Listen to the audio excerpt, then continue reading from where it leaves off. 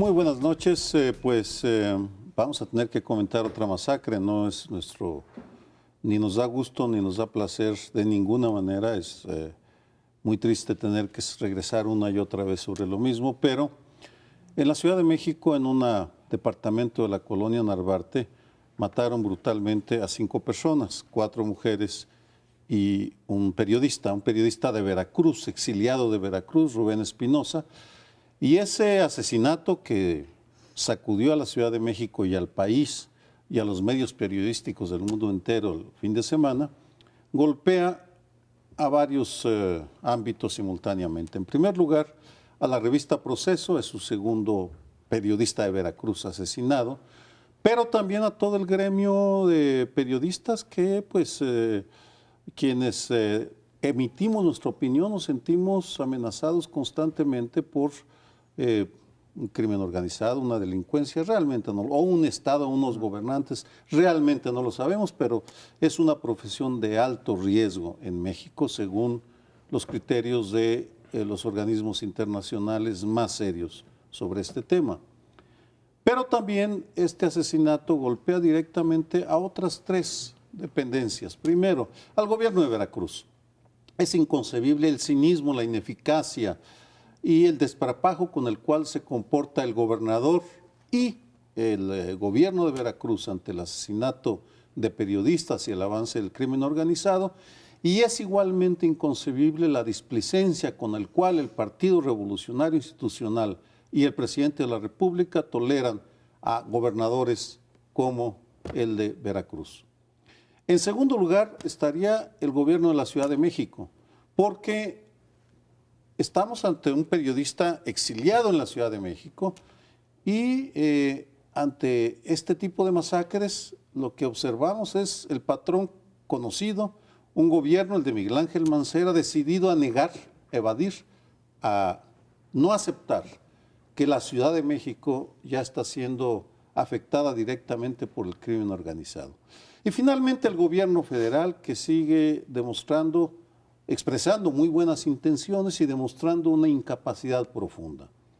La semana pasada despidieron a Laura Borbolla, la fiscal especial de la PGR encargada de proteger a periodistas, que había hecho un esfuerzo razonable, era reconocida por las ganas que le echaba.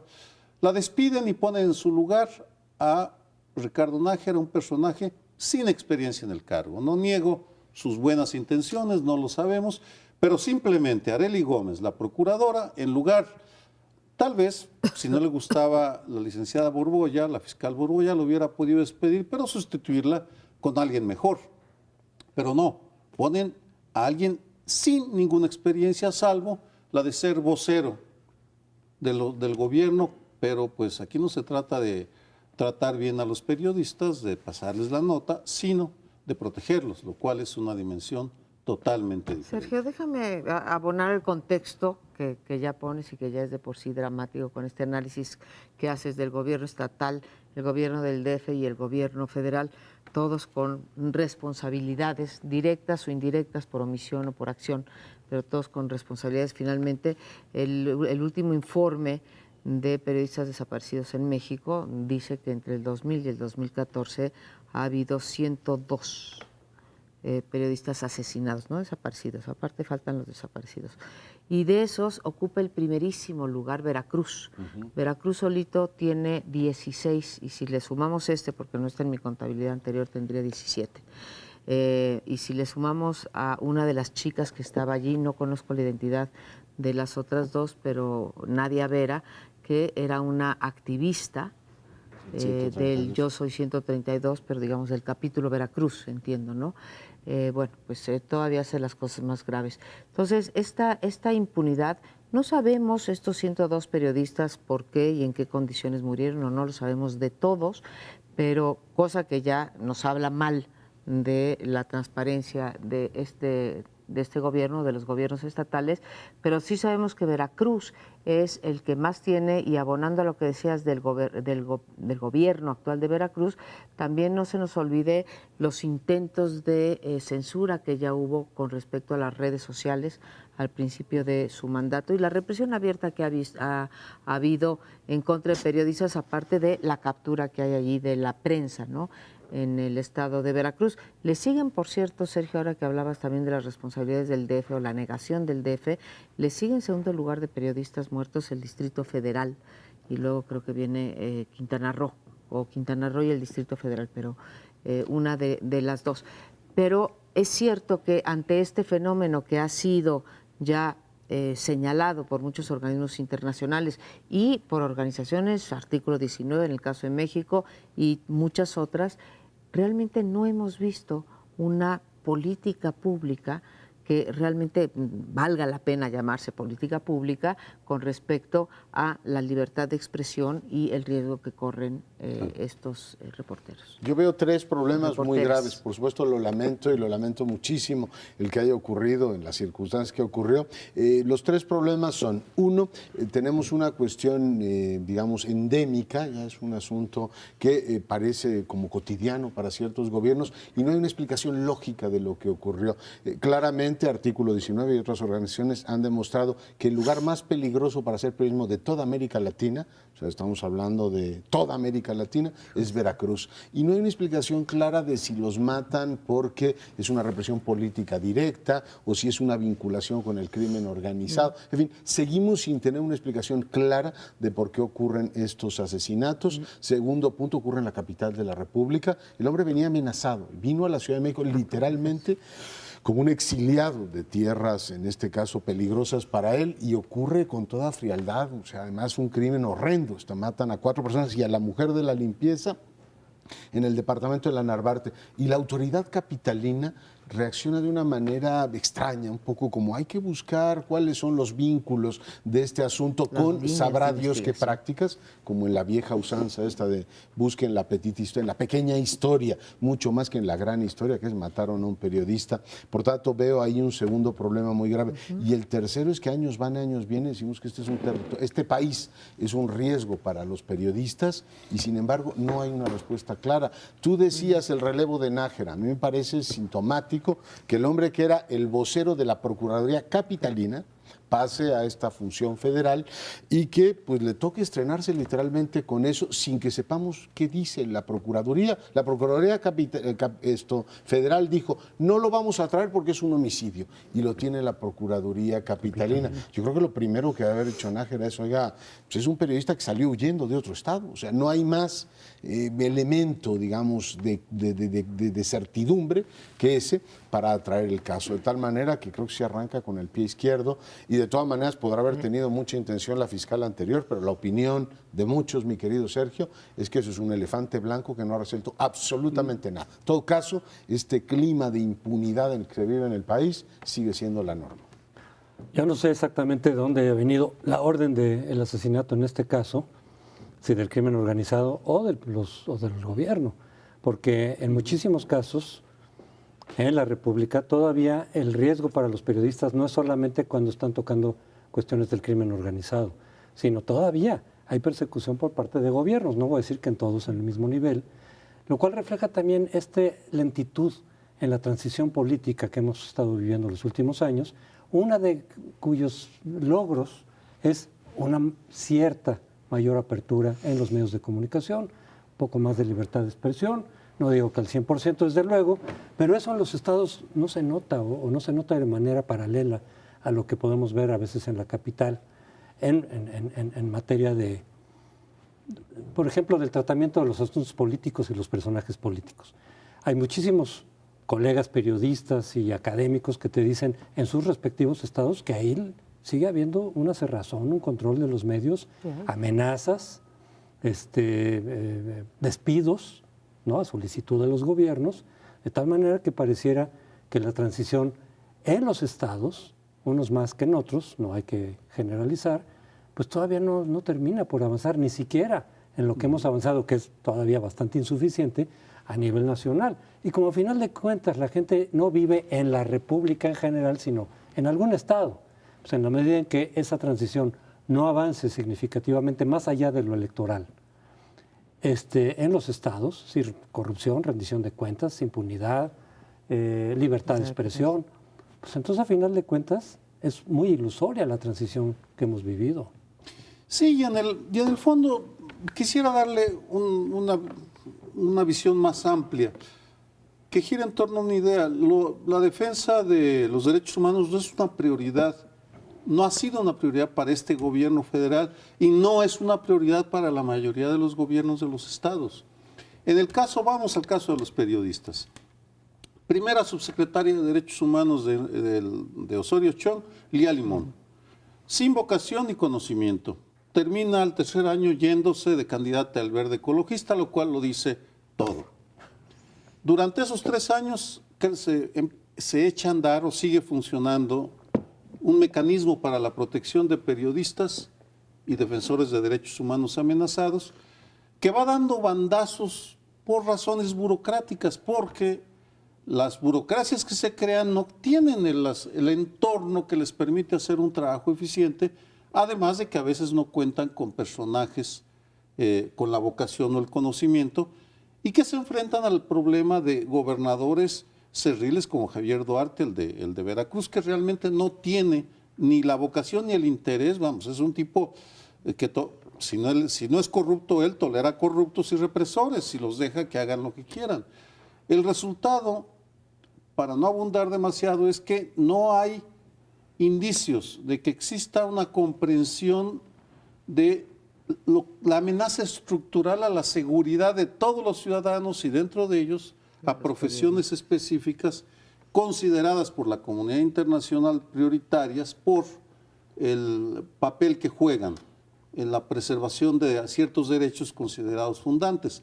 La libertad de expresión es un derecho fundante, la defensa de derechos humanos es derecho fundante en el sentido de que protegen otros derechos y si no se cuida a quienes lo defienden, se permite que se vulneren otros derechos. Yo puedo estar más o menos de acuerdo con un parte de tu argumentación, Crespo, de que la transición va a 2, digamos, tiempos. Pero en este caso solamente quiero agregar que estamos claramente ante un problema nacional y es como si en estos tiempos el presidente de la República admitiera a un Gonzalo N. Santos que dijera, oye, hay un gobernador, no sé si Duarte mató o mandó matar a este individuo, pero decir que se presuma públicamente que un gobernador puede estar matando periodistas y no pase absolutamente nada, condena a este país a decir, oiga, pues una democracia regida por el derecho simple y llanamente no es. Quería poner eso sobre la mesa porque me parece que es un asunto no de Veracruz, es gravísimo para el gobierno de la República. Y el impacto en medios internacionales así lo acredita. Importantísimo el punto que señala Leonardo. Y regresando a esto de los derechos humanos, no quiero decir que sea una cuestión de este gobierno, ni mucho menos. Fracasó la política que quiso implementar Fox en el sentido de hacer de los derechos humanos una cuestión transversal, ¿no? Entonces, que en todas las secretarías hubiese un encargado de derechos humanos para que después reportara a una instancia central y pudiera haber esta coordinación. Bueno, a todas luces fracasó, pero sí habíamos pensado que en el caso de Peña Nieto, siendo que uno de los grandes temores del regreso del PRI era el temor al autoritarismo, ¿no? A las viejas formas, al no cuidar, entre otras cosas, los derechos humanos y la libertad de expresión y de prensa, no haya puesto especial atención en este asunto. Creo que todavía está a tiempo de hacerlo, ojalá y lo haga, pero pues ahí hay un foco rojo, ¿no? Y bueno, y retomando la idea de Leonardo, en realidad creo que son complementarias las posiciones, porque precisamente al decir, si en los estados se puede seguir haciendo lo que se quiere, entonces ¿de qué sirve la democratización a nivel federal o la apertura a nivel federal? Si a final de cuentas en los estados sigue habiendo cerrazón, sigue habiendo censura, sigue habiendo represión, torturas, etcétera, y al contrario, la cosa se complicó porque la democratización lo que supuso, bueno, yo no le llamaría ya democratización, la transición política que llevamos hasta ahora es precisamente lo que se ha hablado mucho, la autonomía de los gobernadores. Entonces, la relativa autonomía que antes no tenían, tampoco era un esquema democrático, pero que de alguna forma estaban sujetos a cierta sanción de parte de la presidencia, del Ejecutivo Federal. Ahora de pronto hacen lo que quieren y ya no tienen ni rendición de cuentas hacia abajo, porque nunca la han tenido hacia sus instituciones locales y tampoco hacia la presidencia. Eso es intolerable, estoy de acuerdo contigo, pero así es como se han dado las cosas. Brevemente, ya nos vamos. El problema con Fox es que le dio una amnistía de facto a los represores.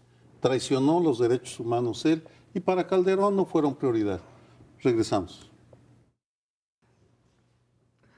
Varias veces en este programa hemos tratado el tema de que si los errores políticos, económicos, etcétera, los errores de gobierno tienen consecuencias o no. Y hemos dicho muchas veces pues que para la gran mayoría de los funcionarios en este gobierno no la han tenido. Hemos comentado también otro tema, que sí el gobierno actual, en particular el equipo más cercano a Peña Nieto, pues a partir de las elecciones podía haber hecho una lectura en el sentido de decir, ay, ya ven estas críticas que nos hacen, nosotros ganamos las elecciones, nos quedamos básicamente con la misma votación o porcentaje de votación, es una cuestión del círculo rojo nada más, esto que nos critican al equipo de gobierno.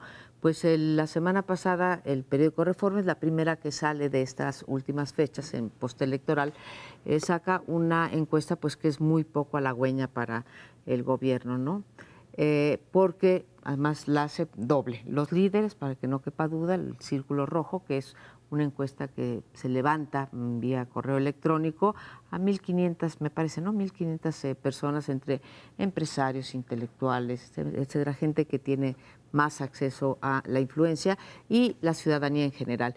Y hay una cosa pues muy impresionante de las cifras que me llevan a mí a plantear esta mesa, pues que los errores sí cuestan, ¿sí? O sí cuestan frente al público, ¿no? Que tanto se ha dicho que no es el caso. La primera es que, pues de abril, que fue la primera medición que hizo Reforma, ahora entre el público en general, la aprobación baja de 53% a alrededor de 30%, una caída pues muy fuerte para ser 3 años, supuestamente ahorita tendría que estar en los cuernos de la luna, ¿no? Y entre líderes, ¿sí? Entre eso que llamamos el círculo rojo, bueno, la caída es terrible porque sí había más expectativas, 78% aprobaban en el inicio, ¿sí? la gestión de Peña Nieto y pues el jueves, creo que el jueves fue cuando salió, el jueves amanecimos con la noticia de que solamente el 15%, o sea, es un desplome como pocas veces se ha visto. Ahí está. ¿Qué pasa? Pues ahí están todos los acontecimientos que podríamos relatar ahorita.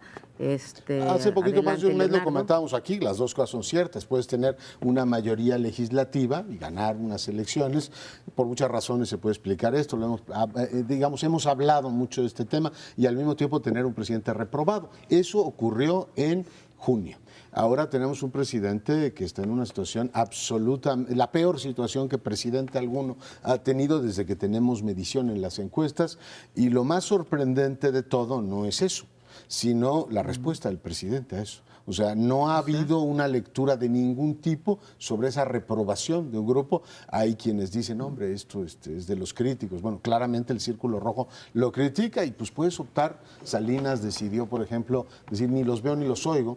Peña Nieto ha optado por decir, pues voy a los estadios y que estén vacíos, así nadie me dice absolutamente nada y yo puedo seguir con mi discurso tranquilo, que es un poco el mensaje que está mandando. Es decir, lo que resulta dramático es, olvidémonos ya de la estructura electoral, vea las encuestas, el desempeño de su gobierno es como para poner, digamos, los pelos de punta a cualquiera.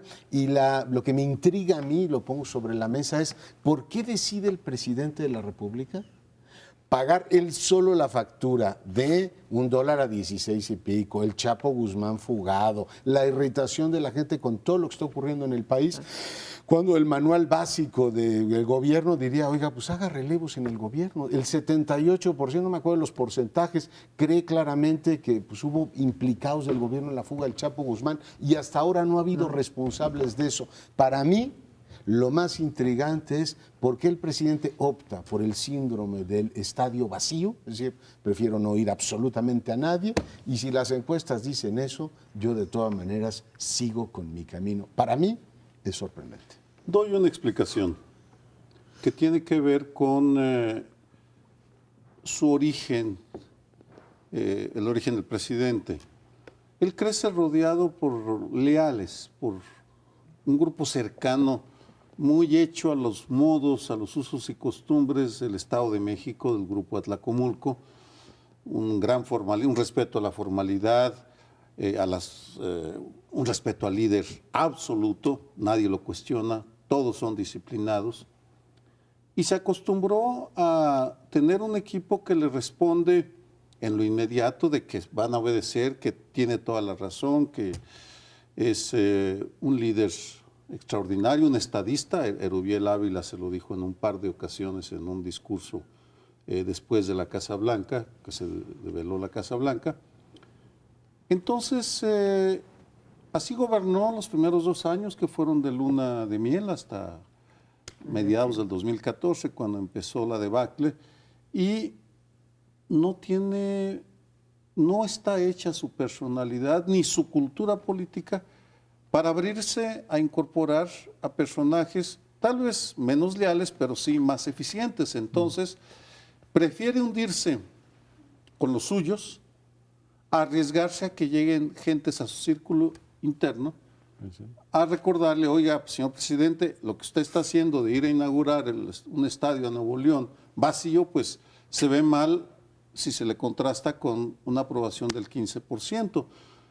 Es una explicación, pero es que no encuentro otra razonable. Es decir, es un mecanismo, el mecanismo de evadir la realidad, rodeándote solo de aquello que te es familiar, que te resulta cómodo, porque la realidad debe ser insoportable para alguien que venía montado sobre un océano de halagos, alabanzas, porras, de gritos de mujeres histerizadas porque iban a tocar al papucho de todos los papuchos. No, me refiero a la campaña, más de repente que se enfrenta a un país bronco, en donde están saliendo todo tipo de exabruptos y de críticas a él, no solo a su gobierno, sino a él, pues se queda con lo malo conocido porque no se atreve a explorar lo posible bueno, pero que tiene riesgos. Esta es una posible explicación de por qué está haciendo algo que políticamente es irracional. Casi es una regla de manual el decir, en ciertas circunstancias, pues hay fusibles, es decir, los secretarios de Estado, tus colaboradores son fusibles ante errores que en buena parte son responsabilidad de esos colaboradores. En términos generales, tú eres la cabeza del Ejecutivo, pero ellos tienen sus responsabilidades y si no se las haces pagar, entonces el costo viene directamente a ti. Y entonces eso se está reflejando en lo cual no es para nada una mejor solución, porque se te acaban también tus créditos de credibilidad, tus créditos de respaldo que puedas tener en la sociedad para seguir adelante. Estamos a la mitad del sexenio apenas. Si no tienes tú una base mínima de credibilidad y de confianza de los ciudadanos, pues es muy poco lo que puedes hacer. Pero eso es porque estás absorbiendo directamente todos los costos de lo que hacen o dejan de hacer y que no renuncian porque son muy valientes, ¿no? Renunciar es de cobardes, dicen. Entonces, pues Peña dice, bueno, pues entonces seré yo el que tenga que asumir el costo político, pero es absolutamente irracional. Puede haber ahí motivos, pero en términos globales es absolutamente irracional. Sobre todo en un régimen presidencial, porque en los sistemas parlamentarios sí puede haber de pronto los mecanismos de responsabilidad política por ineficacia política del gobierno y que puede ir o a ministros o que puede ir al propio primer ministro, el jefe de gobierno. Aquí es solo por razones legales y además en México es solamente en la letra. Nunca ha ocurrido, ni creo que va a ocurrir por mucho tiempo, el que puedas tú remover a un presidente por cuestiones ni siquiera legales. Desde luego políticas no, porque no es parte del régimen. Entonces, si tú ante eso no manejas los mecanismos propios del presidencialismo, que es precisamente el uso del gabinete, para hacerles pagar los costos políticos del desgaste natural, pues entonces esto va a acabar quién sabe en qué. La pura fuga del Chapo nada más en esta medición fue de 5 puntos, es enorme, porque no hay responsables a otro nivel. Tienes toda la razón, es una parte de los sistemas presidenciales que pues, el costo mayor es perder popularidad. En un sistema parlamentario el costo mayor es que la oposición te llame a unas elecciones para ver si refrendan tu gobierno. Y está clarísimo que pues a este gobierno no lo refrendarían, ¿no? O a Peña Nieto. Bueno, tendríamos que verlo, ya lo veremos en el próximo bloque, qué posibilidades de refrendo hay. Esa es una cosa. Luego, la otra es que así como se sorprende legítimamente Leonardo Curcio o Sergio Aguayo de que no hay reacciones, o sea, la reacción es ir a inaugurar un estadio vacío, lo que yo no me explico son dos cosas. Uno, sí es cierto que el Estado de México, que es un Estado que nunca ha tenido alternancia, está acostumbrado al autoritarismo. En el autoritarismo, los jefes, los capos de ese sistema, normalmente lo que hacen es cobrar cada error cometido. Entonces, ¿por qué no lo cobra? Para mí, yo no tengo explicación. Y la segunda es, yo me hubiera imaginado al equipo de Peña Nieto ya sentados en un cuarto de guerra, en un cuarto de crisis, diciendo, a ver, hay cosas que nos pasan, ¿no? El crecimiento de Estados Unidos es mayor o es menor, eso o los precios del petróleo, yo no tengo control. Pero ¿qué vamos a hacer frente a eso? ¿Y qué vamos a hacer frente a los errores? Pero no ves un examen de conciencia, ¿sí? Y un actuar en consecuencia de eso. Entonces, pues no me queda más que pensar, Leonardo, que están complacidos con los resultados. Un pequeño no los detalle. Entendemos nosotros. No me tardo mucho, Leonardo, porque sé que quieres responderle como se debe a María Amparo. El intento o el rumor de que el presidente quiere poner a Aurelio Nuño, lo que demuestra en el PRI nacional. Es un ejemplo de que pues quiere administrar lo que le queda, quieres arroparse en aquello que le es más familiar. A mí me parece que seas autoritario, seas democrático, la responsabilidad de cualquier político, de cualquiera, desde el digamos, centralista número uno, el monarca absoluto más fuerte, hasta el líder democrático, debe tener siempre dos expedientes en el escritorio. Claro. Uno es la negación plausible, es decir, yo no fui. Si matas a alguien hay una tragedia, etcétera. Y la otra es la posibilidad de construir responsabilidades directas, ¿no? Es decir, una responsabilidad verosímil de decir, si pasa una tragedia no fue el rey, fue el primer ministro, es decir, el valido. O sea, cualquier sistema político tiene un sistema de tal manera que no es ni de demócratas ni de nada, es de político puro. Y a mí me sorprende que haya podido fundir en su momento al titular de la Profeco por un escándalo político y ese mismo presidente ahora le estén diciendo, oiga, se nos fugó el Chapo Guzmán y tenemos una, digamos, pérdida de credibilidad por todas partes. No hay responsables, nos quedamos con eso. Y como le dijo Germán Martínez a Calderón en su momento, cuando perdió las elecciones intermedias, o lo paga usted o lo pago yo. En este caso, el presidente ha decidido pagar él solito el costo del Chapo y todo lo demás. Para mí, reitero, incomprensible. Al titular de Profeco no lo fundió, lo mandó al Colegio Mexiquense, bueno, eso, que es diferente. Vamos a una cosa rápida, lo que dice Sergio, de que Peña parece querer tener el control de su círculo cercano. Eso le criticamos a Fox y a Calderón. Y decíamos, los priistas normalmente, además teniendo un gran equipo de gente muy experimentada en todos los niveles. Fox era más abierto que Calderón, ¿no? Pues quién sabe. El nombramiento de gabinete. Pero cambió a pocos, ¿eh? Sí, es de los presidentes casi que los menos amigos. cambió. Pero bueno, decíamos, el PRI siempre ha sido mucho más abierto e incluyente porque le conviene tener la base de su partido, un partido muy, muy grande, muy extenso. Y de esa manera también puedes tener un mayor respaldo de tu partido para enfrentar a la ciudadanía. Y esto no está ocurriendo con Peña. Perdimos, licenciado, pues eso lo debe tener todo presidente, ¿no? Ya lo discutiremos el próximo lunes, suponemos que tendremos ya un presidente del PRI. Nos vamos a un corte, regresamos en unos momentos más. Bueno, y en este bloque les propongo que revisemos una encuesta pues, muy polémica que publicó Reforma, polémica por los datos, polémica por los tiempos, y ya sabemos, estamos acostumbrados a que el ciclo político mexicano es así, después de las elecciones intermedias empieza por supuesto la carrera presidencial, y uno de los puntos más importantes que les gustan a los políticos y a los analistas políticos es cómo se va ubicando en la opinión pública el conjunto de personajes que aspiran a ocupar la presidencia de la República. 3 datos para, por supuesto, escuchar sus reacciones. En primer lugar, el grado de desconocimiento de nuestra población, de los líderes políticos, es asombroso. Yo, por ejemplo, leía que el 54% no sabe quién es el Bronco. A lo mejor les dicen, oiga, es un músico que toca en la onda grupera. Sí, o sea, el 54% no sabe quién es el Bronco, y así podría citar varios líderes políticos, secretarios de Estado. La mitad de la población no está en este negocio, no ubica a los liderazgos políticos más importantes. ¿Qué dice la encuesta? Segundo elemento, López Obrador va solo y va cómodamente arriba, la preferencia de los ciudadanos por él es amplísima y pues, mucha gente atribuye a que el deterioro del gobierno y de la imagen de Peña efectivamente está sirviendo a un López Obrador para subir.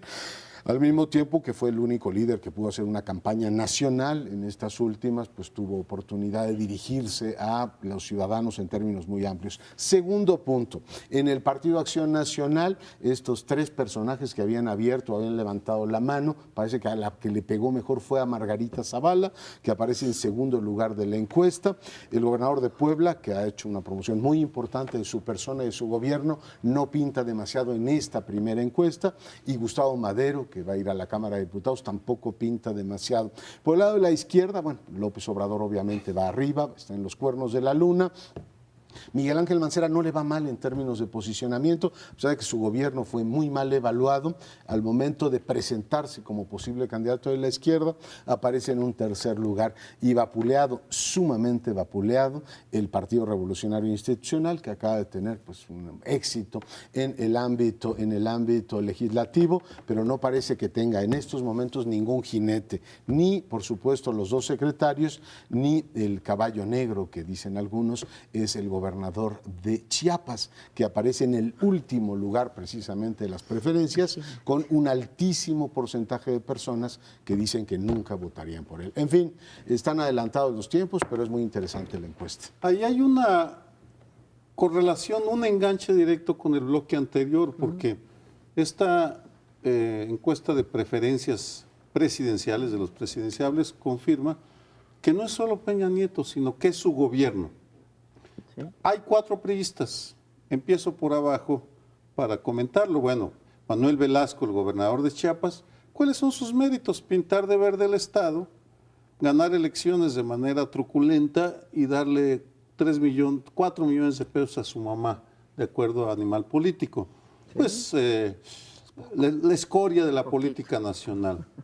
Mario Fabio Beltrones, que es el único que no está en el equipo de Peña Nieto, que se mantiene ahí en un lugar medio, en la oscuridad, esperando su oportunidad. Luego viene Luis Videgaray, muy bajo también, con 17. ¿Qué se puede esperar de alguien que no está logrando dar resultados en lo económico, que no ha aclarado su situación irregular o el préstamo irregular que le hizo la constructora IGA, y que además está cometiendo barbaridades como la de querer reducir el presupuesto de CONACYT en 38%, en lugar de hacer recortes en donde hay dispendio, donde hay corrupción? Es decir, si Enrique Peña Nieto se va a inaugurar estadios vacíos, Luis Videgaray pues se va a recortar sin ton ni son. Las cosas importantes. Las cosas importantes, vamos. Y finalmente Osorio Chong, que es el que está mejor posicionado, pero está muy abajo, 18 puntos, pues después de la fuga del Chapo realmente no debería de sorprendernos. En suma, es bien curioso, es una repetición de lo que pasa con Felipe Calderón al final de su sexenio. Llegan sin candidatos fuertes. Es preocupante, creo que la nota ahí es que no hay ningún priista en los 3 primeros lugares, ¿no?, de esta encuesta, y estamos a 3 años. Insisto, yo creo que es un momento en el que el gobierno debería de estar bastante arriba y con cierta popularidad, cierto acuerdo de gobierno, y pues no lo está y se refleja, como bien dice. Entonces, no hay uno de los 3, ninguno es integrante del PRI. ¿Cómo nos explicamos a Andrés Manuel López Obrador? Bueno, creo que sí es un político que ha estado en la palestra desde hace y haciendo campaña, lo hemos dicho muchas veces, desde antes del 2000, ¿no? Entonces, esto tiene que ver también con el recordamiento de nombres, ¿no? Y ahí está, junto con una crisis brutal del gobierno, no quito eso. Ahí creo que la pregunta es, ¿logrará Andrés Manuel López Obrador con su partido mantenerse durante 3 años en esa posición, o va a ocurrir como otras veces, más allá de que hay algunos en esta mesa que piensen, o en el público, ¿no?, que piensen que las elecciones no hayan sido lo limpias que tenían que haber sido, se podrá mantener, o sus actitudes llevarán a que aleje de sus preferencias, porque son muchos los que no votarían por él, alejen de su posibilidad de triunfo por las posiciones que estaban teniendo. ¿Qué posiciones, diría yo? Las recientes, para no remontarnos al pasado, ¿no? Ahora una defensa, por ejemplo, de la sección 22. Esto creo que lleva, de la sección 22 de la CENTE, creo que lleva a que los empresarios, a que las clases medias e incluso clases bajas se alejen de esa posibilidad de votar por él. Su posición frente al Piojo, que corrieron al director técnico de la selección mexicana, diciendo que había sido una tenebra y que lo quisieron quitar porque eres un emblema nacional, etcétera. Y no recuerdo también qué otra muy reciente, que también decías, tenía que haber una condena directa a esta, ¿no? Bueno, eso, la agenda social. Sí, la agenda social de Andrés Manuel López Obrador, la verdad, muchas veces ha dejado mucho que desear. No solamente eso, las parejas del mismo sexo, sino también, recordemos, con respecto al aborto. Entonces, yo creo que qué tanto tiempo puede mantenerse ahí, pero desde luego, si este foco rojo no lo entiende el gobierno y el resto de los partidos, que el principal, digamos, el puntero hoy en día es alguien que acaba de fundar un partido, yo no sé qué señal pueden entender los demás partidos de qué tamaño de crisis están. Se supone que esta popularidad o intención de voto que tiene López Obrador responde, como lo han dicho varios analistas, incluso antes de tener encuestas, esta es la primera, digamos, presidencial, hacia el 18. Pero han dicho, es que la situación económica, la falta de empleo, la falta de crecimiento, los actos de corrupción son propicios para que López Obrador se levante y eventualmente pueda aspirar con posibilidades en el 18. Entonces yo creo que la respuesta del gobierno no es en emitir discursos en contra del populismo, como lo han estado haciendo ahora, es de qué manera vamos a cambiar las cosas en estos 3 años, a todos esos faltantes, de qué manera vamos a lograr que crezca en la economía, vamos a revisar la reforma fiscal que está pegando a las clases medias también, significativamente, porque eso es lo que está abonando en favor del López Obrador. O sea, los discursos en contra del populismo no van a servir absolutamente de nada.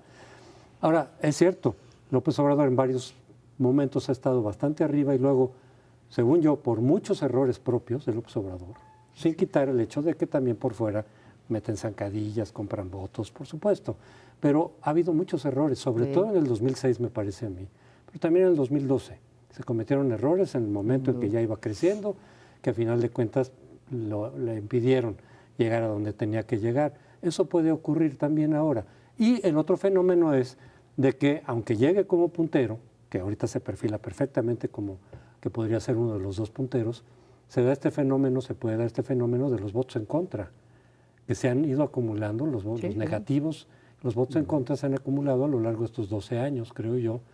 Y entonces, quien quiera que se le acerque al segundo lugar tendría la posibilidad de tener un voto en contra de López Obrador. Porque no sé si ya da ese juego, porque en el 6 el tema fue, ahí viene López Obrador, y el CCE dijo, no podemos cambiar, y el presidente decía, no podemos cambiar de jinete. En el 12 fue, bueno, pues no va a ser López Obrador, pero bueno, el PRI reformado volverá a gobernar. No sé si en el 18 les dé como para seguir con eso. De ahí viene ese señor, van a decir, oiga, ustedes ya estuvieron 12 años unos y los otros un montón de tiempo. ¿Y qué le dices a la gente? La encuesta ingreso-gasto indica que, salvo el primer decil, que por cierto gana porque el dólar está devaluado, entonces les llegan más remesas y la renta, el resto de los mexicanos tienen menos dinero hoy que hace 2 años.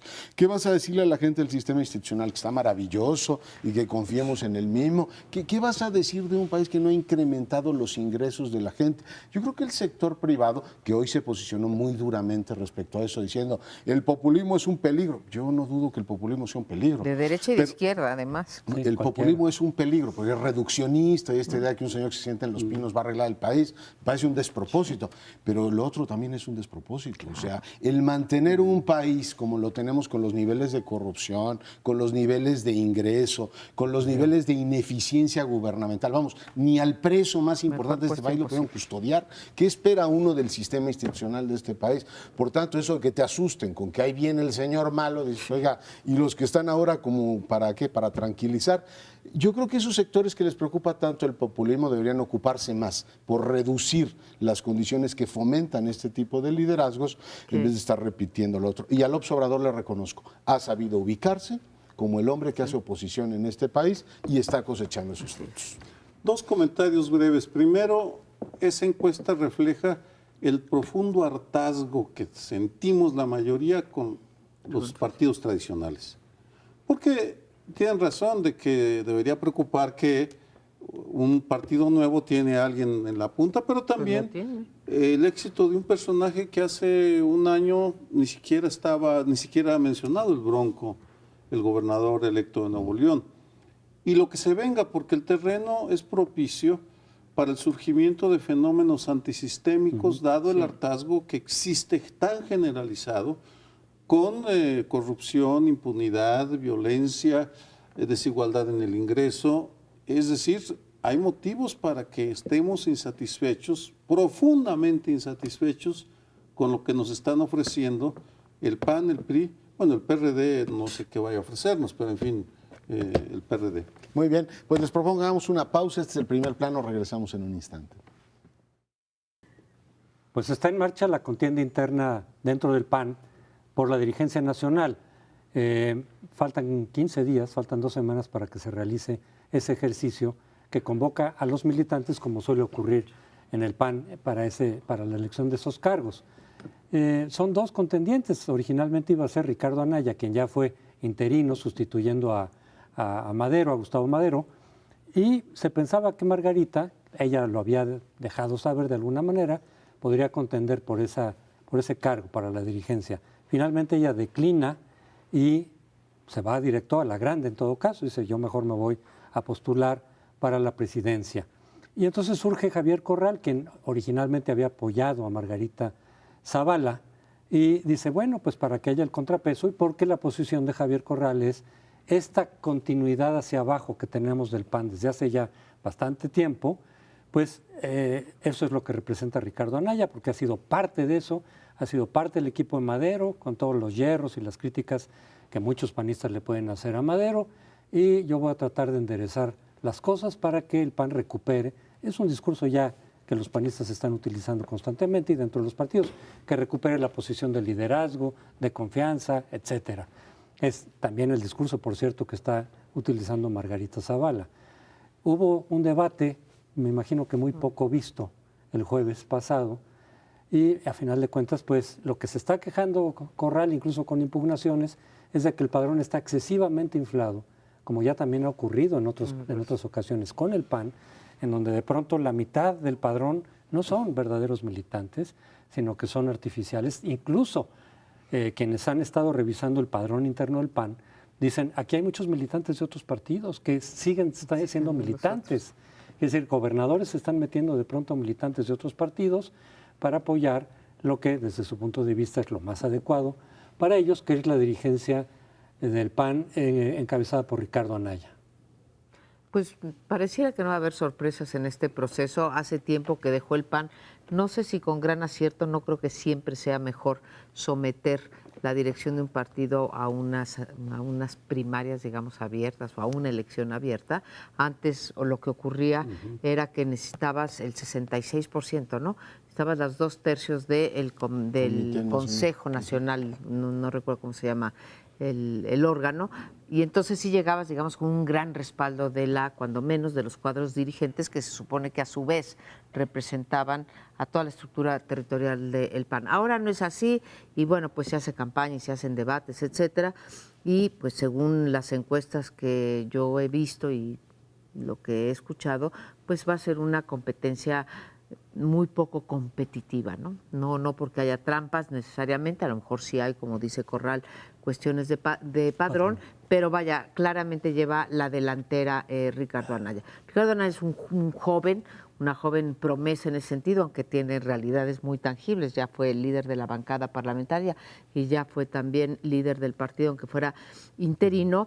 Y creo que su gran problema, el gran problema de Ricardo Anaya va a ser si realmente tiene un proyecto, creo que del discurso y del debate. Yo cuando menos no pude colegir cuál es el nuevo proyecto del PAN. Tiene la posibilidad de atraer a los jóvenes, pero no hemos visto desde mi punto de vista, más allá de que vaya a ganar o no, cuál va a ser la nueva bandera del PAN de gobierno y su bandera, su su posicionamiento como oposición al PRI. Entonces, tienen poco tiempo, tienen 2 años y medio para posicionarse frente al 2018 y vamos a ver. Yo veo 3 cosas. Uno, el debate pobre, muy pobre, no es un partido que haya teorizado ni esté preocupado. Ya no digo ideológicamente hablando, posicionando sobre los grandes temas. Es un partido que ha reflexionado poco sobre su ejercicio de gobierno y sobre su ejercicio como oposición. Tampoco hacen una reflexión muy clara sobre lo que les pasó en la última elección. Por tanto, muy pobre reflexión, posicionamientos generales. Si usted es más joven, usted ignora que entonces nosotros íbamos aquí o allá. En fin, poco atractivo en ese asunto. Veo un PAN que tiene efectivamente una posibilidad ante el deterioro del gobierno de rearticularse y plantearse como una opción de gobierno por razones, aunque sea de descarte puro. Tiene un año electoral importantísimo el próximo, es decir, en muchos gobiernos locales el PAN puede ser competitivo y puede entonces armarse perfectamente para el 18 ser un poquito más competitivo. Y lo tercero, el PAN debería estar agradecido de tener un Javier Corral en sus filas, no solamente porque recurre a estos elementos de que si está trucado el padrón, etcétera. En varias ocasiones Anaya le dijo, se parece usted mucho a López Obrador. En fin, esos temas que pueden generar incertidumbre y llevar esta cultura del fraude a todas partes, por supuesto que compensan o se compensan con amplitud con la posibilidad de tener un señor que en todo momento les diga, caballeros, enójense si quieren, pero nos señalan por los moches, nos señalan por la corrupción, nos señalan por nuestra falta de coherencia, nos señalan por haber aprobado un montón de reformas. Todo partido político, aunque los mexicanos son así como leninistas y no les gusta mucho la idea de la crítica, deberían estar agradecidos de poder tener, a pesar de que va a 60-30 según la encuesta de parametría, el tener a alguien dentro. El asunto es que permitan a los corrales, en este caso en el PAN, mantenerse como conciencia crítica en estructuras que han tendido, y el PAN así lo demuestra, a burocratizarse, a decir, oye, nos agarraron un candidato recibiendo dinero en Chiapas, tú no digas nada. Pues así es la política. Es decir, la posibilidad de tener alguien que te recuerde, pues a pesar de que así sea la política, eso está mal, eso para el PAN vale oro. Es decir, vale un corral. Una precisión, Leonardo, decías que todos los partidos no discuten, no son autocríticos. Hay una excepción, el PRD. Se la pasa autocriticándose, no hace nada, pero se autocritica, eso sí. Yo dije, llora. Tiro por viaje. Sí, se autocritica, vamos, y no pasa nada. Van por el mundo flagelándose públicamente. Concedido. Pero recordaba mientras los escuchaba, que por supuesto estoy de acuerdo con ustedes, qué aburrido para el auditorio, ¿verdad? Pero recordaba a Carlos Castillo Peraza que advertía, no vayamos a ganar el gobierno y perder el partido. Bueno, el partido ya lo perdieron. El partido, y el gobierno también. Y el gobierno también. Porque lo que están disputando son presupuestos y cargos y seguir manteniendo la cultura del moche y la cultura de... por eso no hay debate ideológico. Pues, ¿qué van a debatir ideológicamente si no tienen... Lo que realmente les interesa es tener acceso a presupuesto para montar carreras políticas. Anaya es una réplica, un clon de Moreno Valle, el gobernador de Puebla, que lo único que le interesa es la imagen, aparecer para poder aspirar a ser presidente de la República. ¿Por qué quiere ser presidente de la República? ¿Quién sabe? Porque es bonito, porque va a poder nombrar a sus cuates y su esposa se va a sentir muy bien de primera dama y va a vestir muy elegantemente y va a comprar vestidos caros. A eso hemos llegado con buena parte de nuestra clase política, por eso es que hay tanto desprecio hacia ellos, vamos. ¿Qué haría respetable Ricardo Anaya? A Javier Corral lo conozco y coincido contigo. Tiene esa virtud de la congruencia aun cuando vaya a perder. Son batallas perdidas, pero bueno, los veteranos de las causas perdidas también sirven Sin duda. En la vida pública, pero Ricardo Anaya, ¿qué nos puede ofrecer en su trayectoria que nos haga decir, wow, va a llegar a presidente del PAN, vamos, a sustituir a un señor que de demócrata solo tiene el apellido, Madero, porque fuera de eso, pues yo no le veo nada más. A Javier Corral se le critica dentro del PAN, muchos, no todos desde luego, sí, de posturas que dicen, pues es que se parece más a las del PRD en general y sus posiciones críticas y eso lo aprovechó Ricardo Anaya para decir, pues tú estás más bien como del otro lado, ¿no? Tú eres como del peje y de esas posturas así. Y él dice, bueno, pues es que he estado abierto a platicar con líderes de los otros partidos como se supone que debe ser la construcción democrática. Y yo recuerdo que él fue uno de los 2 senadores, de los únicos 2 personas dentro del PAN que en desplegado público estuvo en contra del desafuero durante el gobierno de Fox. Habían muchos panistas en desacuerdo, pero nadie lo dijo, solamente él públicamente. Él y otro senador por Jalisco. Es decir, y esas cosas son las que dicen, claro, está con López Obrador o está con la izquierda. A mí me parece que en ese punto era una cuestión de congruencia, decir, si esto nos parece que no es democrático, estamos en contra y yo sí lo voy a decir, porque sí había muchos panistas en contra de eso, pero no lo dijeron, no lo expresaron públicamente. Ay. Y por otro, nada más, a ver. No, que ahí cuando decías lo de Corral, que en el debate lo decía, no, se abre a todas las fuerzas políticas, pues eso fue lo que nos vendió y eso fue lo que hizo también Ricardo Anaya mientras fue el presidente de la Cámara. No veo por qué criticar que Javier Corral se abra a las otras expresiones políticas, pero además lo ha hecho de manera crítica. Sí, Anaya también lo está haciendo, ¿no? Así es. Y bueno, lo del padrón, que sí puede no ser la razón por la cual eventualmente gane Ricardo Anaya, pero que hay un punto interesante. Sí. Parece que está bastante confirmado lo de la inflación del padrón con militantes de otros partidos, quien está haciendo esto dentro del equipo de Corral, al grado en el cual el otro lado, es decir, el equipo de Ricardo Anaya ha dicho, pues sí es cierto, nada más que esto lo vamos a depurar después, cuando ya llegue, y entonces desde ahí yo me comprometo a depurar el padrón para que no tenga estos sesgos. Pero bueno, ¿alguna última idea por ahí? Pues no, nada más decir que vivos, ¿no? Siempre hay que hacer las cosas después. Y eso es obviamente una crítica, decir, bueno, pues ya que, ¿no? Ya va. Después auditamos. Pero mira, decir un último comentario, a mí me da mucha tristeza observar un partido que alguna vez brillaba por la defensa de los principios convertido en un émulo del Partido Revolucionario Institucional y del Verde. Qué bajo hemos caído en nuestra democracia. Así es. Bueno, gracias por habernos acompañado. Nos vemos el próximo lunes en Primer Plano.